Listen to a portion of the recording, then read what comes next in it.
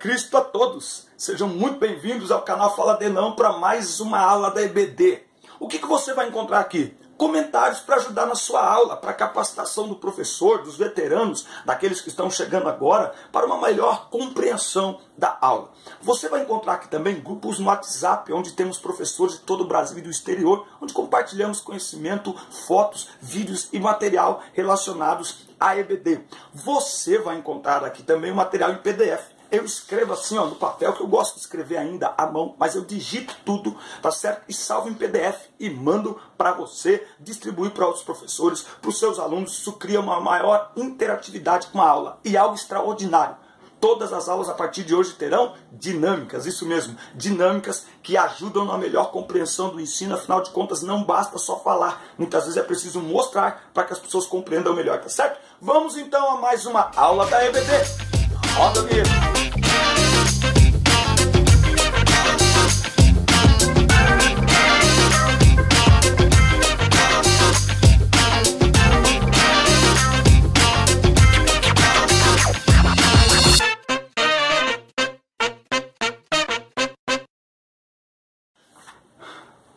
Maravilha! Chegando com a aula 11, classe de adolescentes. Isso mesmo, classe de adolescentes, aula 11. John Wesley, o poder da pregação. John Wesley, o poder da pregação. Essa é mais uma história que eu tive contato em 92, 93, quando li a primeira vez o livro Heróis da Fé, que eu estou lendo de novo agora. John Wesley é um dos maiores nomes quando se trata de pregação, quando se trata de avivamento. Não dá para falar de pregação e avivamento sem falar de John Wesley. Lição 11, John Wesley, o poder da pregação. O texto bíblico está em Romanos 10, versículos de 13 a 17. 2 Timóteo 4:2 é o texto em destaque, que diz assim: pregue a mensagem e insista em anunciá-la. Seja no tempo certo ou não, procure convencer, repreenda, anime e ensine com toda a paciência. Os objetivos desta lição é expor a situação da igreja no século XVIII, descrever a vida e o ministério de John Wesley e incentivar os alunos a pregarem a mensagem, a palavra de Deus. Bom, essa é uma das histórias mais fortes, mais fascinantes que nós temos da vida de um homem que marcou a sua geração e que, na verdade, atravessou gerações, porque nos marca até hoje também. No século XVIII, a Inglaterra passava por um grave momento social. A Revolução Industrial fez com que o número de desempregados aumentasse muito. A sociedade estava marcada por corrupção, vícios e por uma grande violência. É num momento como esse que aparece aqui o João ou o John. A história dele é muito marcada pelo título, pelo apelido que ele recebeu, um tição tirado do fogo. John Wesley, um tição tirado do fogo. A casa dele estava pegando fogo numa noite e todo mundo conseguiu sair, está escrito aqui na lição, ele não conseguiu, mas depois o pai dele e a mãe e os outros irmãos, os vizinhos começaram a orar, a orar, a orar, e até que alguém o avistou em cima de uma cadeira, numa janela, e então dali os vizinhos fizeram uma espécie de escada, um subir no ombro do outro, até alcançarem a criança 15 minutos antes de tudo ser completamente queimado pelo fogo. Anos depois, em certa publicação, apareceu o retrato de John Wesley e embaixo a representação de uma casa ardendo em chamas com as palavras: não é este um tição tirado do fogo? Na história de John Wesley, não podemos deixar de falar de sua mãe, o impacto que a sua mãe tinha e teve na formação de cada um dos seus filhos. Para você ter uma ideia, a mãe dele chamava Susanna Wesley. Ela marcava o 5º aniversário de cada filho como o dia em que deviam aprender o alfabeto. No dia seguinte, a pessoa completava 5 anos e aprendia o alfabeto, começava o estudo da leitura, iniciando-o com o primeiro versículo da Bíblia. Tá? Você tem aqui muitas informações muito importantes. Culto doméstico no lar dos Wesley nunca foi omitido, mesmo quando Samuel Wesley, o pai, não estava em casa. Eles sempre faziam o culto doméstico, né? Era uma família rodeada pela pobreza, tá? Mas isso tudo Deus usou e Deus mudou por causa de seus propósitos. Muito bem. Com 17 anos ele começou a estudar teologia na Universidade de Oxford. Lá reunia-se com outros estudantes. Aqui no livro Heróis da Fé diz assim, ó: conta-se um exemplo da influência que João exercia sobre seus colegas da Charterhouse. Certo dia, o porteiro sentiu falta dos meninos no terraço de recreio e foi achá-los em uma das salas, congregados em redor de João. Este contava-lhes histórias instrutivas, as quais atraíam muito mais do que o recreio. Tá? Bom, em 1724 ele foi consagrado ministro da Igreja Anglicana. Uma das coisas que marcaram João é o Clube Santo, que era um grupo muito rigoroso em horários de reunião e tudo mais que faziam, que por serem metódicos em tudo passaram a ser chamados de metodistas. Alguns anos depois, uma igreja com esse nome seria fundada, Igreja Metodista Wesleyana. Não era essa também, como não era de Martim Lutero, não era de Armínio, não era, enfim, não era a ideia criar outra igreja. A ideia sempre era reformar. A ideia sempre era trazer de volta a raiz, a originalidade da igreja. Com 32 anos, juntamente com seu irmão Charles, que é um outro também que nós sempre vamos acompanhar, a história de John Wesley, sempre acompanhada de Charles Wesley, de Carlos Wesley, o seu irmão. Eles sempre estavam muito próximos, eles sempre estavam muito juntos. Com 32 anos, juntamente com seu irmão Charles, iniciou uma viagem missionária na América. Essa viagem durou cerca de 2 anos e muitas pessoas se converteram. Mas Wesley fez uma triste descoberta. Ele era apenas um cristão nominal, não era realmente convertido ao Senhor. Na época, ele disse o seguinte: eu fui à América para converter os índios, mas quem me converterá? Nessa época aqui, era muito comum que a mensagem, que a pregação fosse pregada sempre nos templos. Mas um homem que também faz parte dos Heróis da Fé, George Whitefield, ele começou a pregar ao ar livre. Ele começou a pregar ao ar livre. Ele começou a pregar em lugares nas ruas, para a classe trabalhadora, oprimida pela industrialização da Inglaterra e negligenciados pela igreja. Lembra? A igreja estava aqui elitizada, tinha que comprar banco para entrar, para sentar, certo? Tinha um monte de coisa. Então, os sermões eram pregados apenas no púlpito. George Whitefield, o pregador ao ar livre, ele sai para a rua e vai pregar na rua, vai pregar para os excluídos, vai pregar para os pobres, vai pregar para os oprimidos, não é? E, inclusive, o Wesley chega a questionar isso, porque isso para eles era muito difícil de aceitar. Não havia pregação fora da igreja. Então Wesley vai pregar, vai ser influenciado por isso também, por George Whitefield, tá? Ele vai ser influenciado também. No dia 24 de maio, ele foi convidado a participar de uma reunião de estudo bíblico na rua Aldersgate, em Londres. Em determinado momento, aqui está falando do momento que ele teve ali a sua real conversão, quando alguém leu o comentário de Martim Lutero de Romanos, tá certo? E aí tem um fato maravilhoso aqui: na noite do ano novo de 1739, John Wesley estava reunido com seu irmão Charles, um grande amigo chamado George Whitefield, depois eles se aproximaram, e mais 4 membros do Clube Santo. Eles faziam uma santa ceia quando às 3 horas da manhã. enquanto perseveravam em oração, meu Deus do céu, o poder de Deus caiu poderosamente sobre eles, a tal ponto que alguns começaram a gritar de alegria incomparável.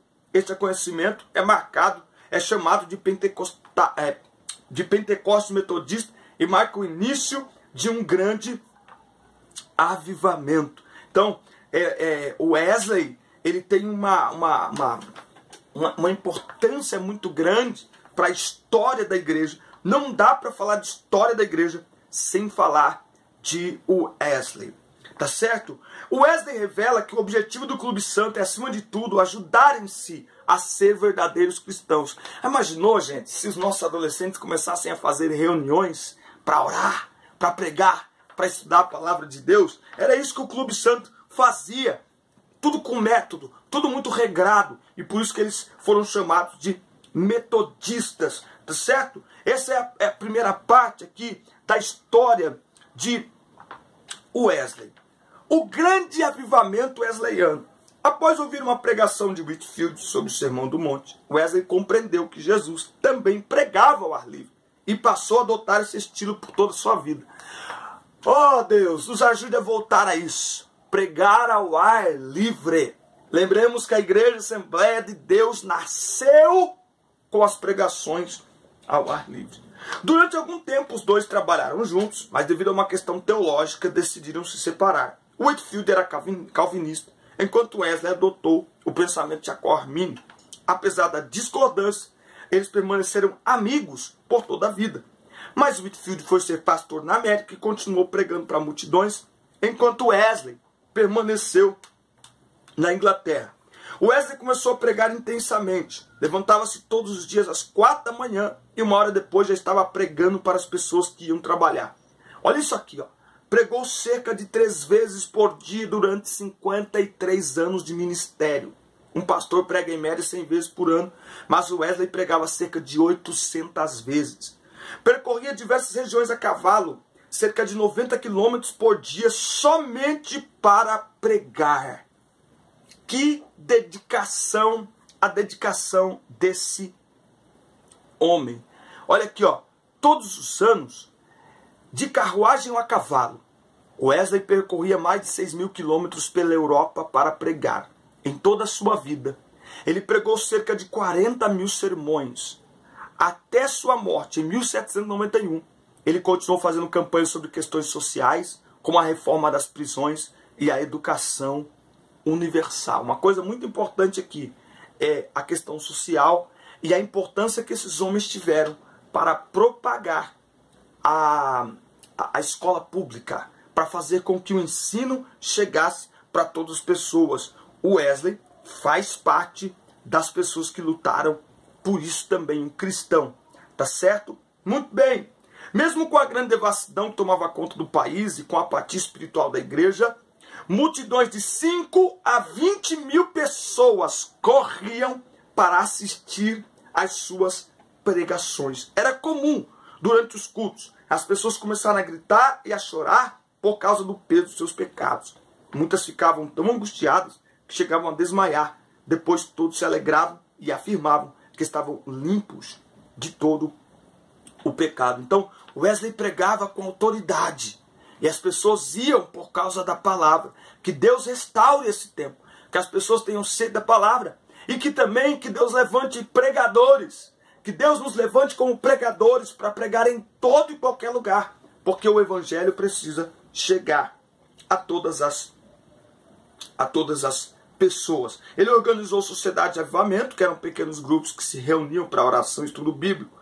No início, Wesley queria que as pessoas permanecessem na igreja anglicana, mas as diferenças de opinião em relação à pregação, ao ar livre e ao uso de leigos na liderança das sociedades levaram à criação da igreja metodista. Quando ele morreu, em 1791, as sociedades metodistas contavam com cerca de 120 mil membros. 120 mil membros. Ele sofreu perseguição, ele não passou despercebido com tudo isso que ele fazia. Então ele sofreu perseguição, não é? De diversas partes, inclusive de pessoas que deveriam até apoiar, mas que não entendiam. Inclusive pelo fato de pregar ao ar livre, isso incomodava muita gente. Wesley não pregava somente para outros, mais que outros pregadores, mas os excedia como pastor, exortando e confortando os crentes e visitando de casa em casa. Ele andava cerca de 7.000 quilômetros por ano. Ele leu não menos de 1.200 livros, a maior parte a pé. Tá certo? Esse homem, aos 86 anos, ele escreveu que durante 86 anos não experimentei qualquer debilidade e velhice. Os óculos nunca escureceram, nunca perdi o meu vigor. Com a idade de 70 anos, pregou um auditório de 30.000 pessoas ao ar livre e foi ouvido por todos. Tá certo? Foi ouvido por todos. Algumas regras que ele observava e que ele atribuía à sua saúde. Exercício constante e ar fresco. Ao fato de nunca, mesmo doente ou com saúde, em terra ou mar, haver perdido uma noite de sono desde o seu nascimento. A habilidade de dormir de dia ou de noite ao sentir-se cansado. Ao fato de observar a regra, por mais que de 60 anos, de se levantar às 4 horas da manhã. Ao costume de sempre orar às 5 da manhã durante mais de 50 anos. E ao fato de quase nunca sofrer de dor, desânimo ou cuidado durante a vida inteira. Certo? Ele fez um período de muitas vigílias, que se iniciavam às 20 horas e iam até depois da meia-noite, ou até o cair do Espírito Santo, tá bom?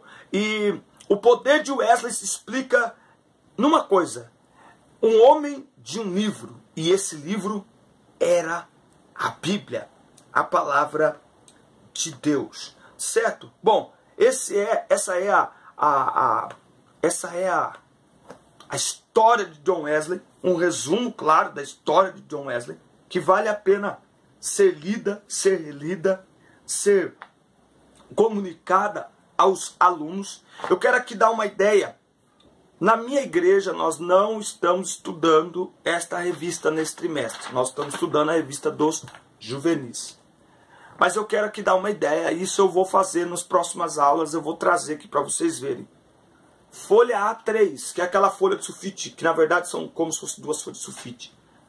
Pegarmos e fazer murais, painéis, com cada uma dessas lições. Então você olha aí na sua classe, quantos alunos você tem, e por exemplo, você escolhe lá, ó, o aluno tal vai ver sobre a história de Wesley, o que está na revista e o que tem na internet. Então você pega essa folha, de um lado você coloca a foto da pessoa, no caso aqui de Wesley, tem Martinho Lutero, Calvino, Armínio e os outros, a parte da história da igreja. Em cada lição, ó, lição 1, coloca a foto da lição ali, do que ela tem a ver, e do lado um resumo que o aluno deverá escrever ali. Por quê? Para a gente criar um mural, para que na última aula, no domingo, no último domingo de setembro, a gente possa convidar a igreja para participar, para conhecer, vamos dizer assim, esse museu, aonde a igreja vai passar. É uma coisa ali que demora 10, 15 minutos. Os irmãos vão passar por esta sala, por este ambiente, por este corredor, e olhando estes murais, estes painéis, eles vão poder conhecer um pouco da história da igreja, tá certo? Me ajude a amadurecer a ideia nas próximas aulas. Como que a gente vai fazer isso? Vamos fazer isso juntos, tá bom? Muito bem. A dinâmica para a aula 11, na classe de adolescentes, é uma dinâmica muito simples, mas ao mesmo tempo que ensina muito, e que está aí no Quebrando a Rotina. Eu achei interessante. Que é o seguinte: você vai fazer uma fila com os alunos. Faz uma fila com os alunos. Cria aí um corredor. Cria aí um ambiente que eles tenham que percorrer, né? Um percurso aí, com cadeiras, mesas, enfim, com obstáculos. E aí você faz uma fila. E é o seguinte: você coloca um livro pesado. Pode ser uma Bíblia pesada. Ou então, né, um livro qualquer na cabeça do primeiro da fila. E ele tem que ir lá, passar pelo percurso, vir de volta, entregar a Bíblia e voltar para o final da fila. Só que, se no meio do percurso deixar o livro cair, tem que voltar no início do percurso e fazer de novo, até completar o percurso sem deixar a Bíblia cair. E aí vai passando para o colega, até todos fazerem. O que aprendemos com isso é que para levar a palavra de Deus, nós vamos encontrar obstáculos e dificuldades, como Wesley encontrou. Mas nós não podemos desistir diante das dificuldades, porque Deus conta com cada um de nós para levarmos a sua poderosa palavra. Amém, gente? Aula 11, classe de adolescentes. Fique na paz, assista, curta, compartilhe, manda para todo mundo, inscreva-se no canal. E até a aula 12. Um abraço. Valeu.